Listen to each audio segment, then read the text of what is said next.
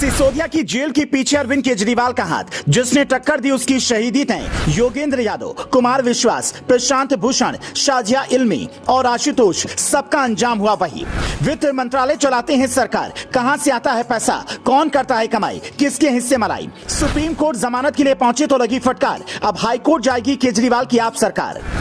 आम आदमी पार्टी में अरविंद केजरीवाल की मर्जी के बिना एक पत्ता नहीं हिलता, ये उनकी पार्टी के नेता भी मानते हैं। अब इसके कई उदाहरण भी सामने हैं। कुमार विश्वास ने सवाल किया तो उनकी राजनीतिक हत्या कर दी गई। प्रशांत भूषण ने सवाल उठाया तो बाहर का रास्ता दिखा दिया गया। योगेंद्र यादव ने हिस्सेदारी मांगी तो सबको छीन लिया गया। आशुतोष और शाजिया इल्मी ने पत्रकारिता दिखाई तो उन्हें भी बाहर कर दिया गया। ऐसा कैसे हो सकता है कि कोई घोटाला हुआ हो और उसकी खबर अरविंद केजरीवाल को ना हो, या फिर इसके पीछे एक सोची समझी साजिश है? क्योंकि मनीष सिसोदिया दिल्ली में काफी लोकप्रिय हो रहे थे। मुख्यमंत्री अरविंद केजरीवाल जरूर थे, लेकिन सरकार में जो काम हो रहे थे उनका श्रेय सिसोदिया को ही मिलता था। इसकी वजह भी बड़ी वाजिब थी। अरविंद केजरीवाल के पास कोई मंत्रालय नहीं है। दिल्ली के 32 में से 18 मंत्रालयों के विभाग तो अकेले सिसोदिया संभालते हैं। सूत्रों की माने तो अरविंद केजरीवाल को यह सब उखड़ रहा था।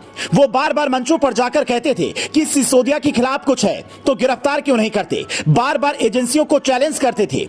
अब कहा जा रहा है कि जिसकी गवाही और सबूतों की वजह से सिसोदिया गिरफ्तार हुए वो केजरीवाल का ही करीबी अफसर है।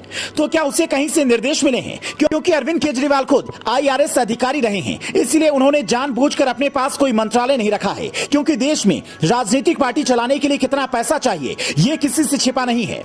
और आम आदमी पार्टी तो करोड़ों रुपए विज्ञापन पर ही खर्च कर देती है। तो ये पैसा कहां से आ रहा था केजरीवाल को पता था। इस पर कभी न कभी एजेंसियों की नजर जाएगी तो उन्हें कोई बलि का बकरा तो चाहिए ही था। अब इससे देखो, एक तीर से दो निशाने लगे हैं। पहला, अरविंद केजरीवाल चुनावी मंचों पर जाकर सहानुभूति लेने की कोशिश करेंगे कि देखिए हमारे साथ क्या ज्यादती हुई है। और दूसरा, मनीष सिसोदिया आप कभी भी सीएम बनने की बात नहीं कह पाएंगे। वो जब भी ऐसा कहेंगे ये घोटाला उनके सामने लाकर खड़ा कर दिया जाएगा।